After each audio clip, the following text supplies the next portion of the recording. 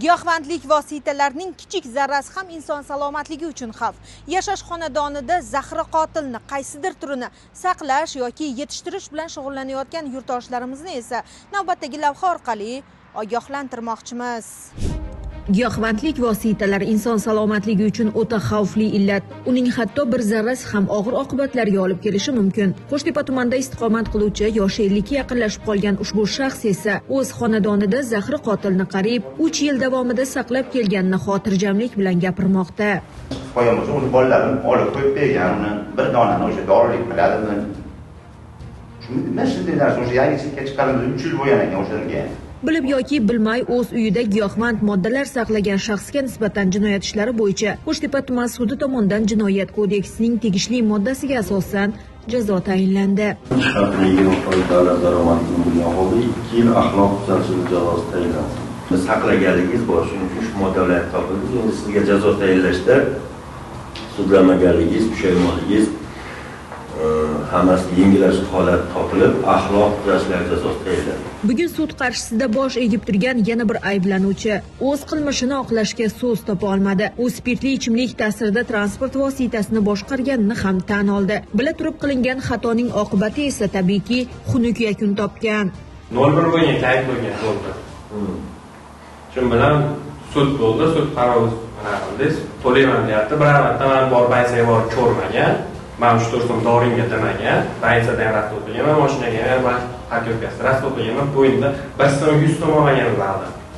O'tgan bo'lsa qancha bo'lgan bo'lsa, hali 1 so'm menga undirib berilgan yo'q.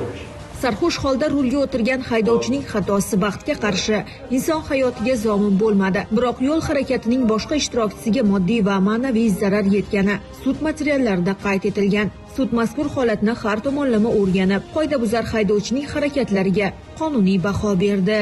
Bunga shu moddaga 3 yil muddatga transport boshqarishdan mahrum qilgan holda ish vaqtiga borib kelish vaqtidan tashqari yashash uyidan chiqishni cheklashdan iborat 3 yil ozod cheklash jazosi tayinlandi. Sudlanuvchi ta'sirdan jabrlanuvchi Xolmatov foydasiga 39.482.500 so'm zarar undirilsin. Jabrlanuvchi Xolmatovga kelgusida boshqa moddiy zararlar, davolanish uchun ketgan xarajatlar, ma'naviy zararlar undirish to'g'risida fuqarolik sudiga murojaat qilish huquqi tushuntirilsin.